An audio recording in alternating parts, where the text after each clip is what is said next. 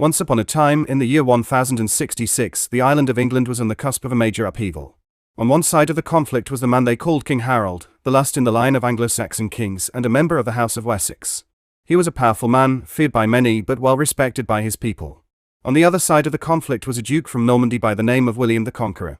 He had invaded England with the hopes of taking the throne for himself, and he had a large contingent of Norman forces at his beck and call. Historians believe that William wanted to avenge the death of his cousin King Edward the Confessor, who had been on the English throne before Harold had taken it. October 14, 1066 was the day that these two armies would come face to face in a heated battle for the throne of England. It was a beautiful full day, with the warm autumn sun beating down and a gentle breeze blowing through the air.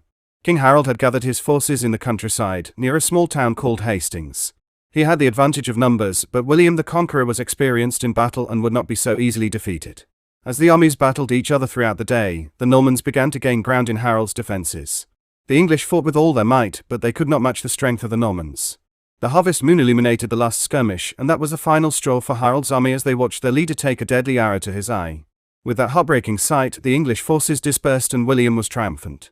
The Norman Duke was now the ruler of England, and he would reign for the next 20 years, establishing a new government and bringing the beginnings of a unified nation, finally ending the age of Anglo-Saxon rule.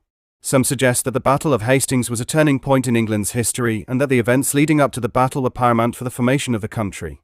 This battle would forever be remembered and lauded in remembrance of King Harold and his valiant fight for his beloved people. So, lay your head down tonight and let this ancient tale of bravery and courage bring you peace as you sleep. Remember that despite the odds, courage and valor can lay their roots and fight even the greatest of odds.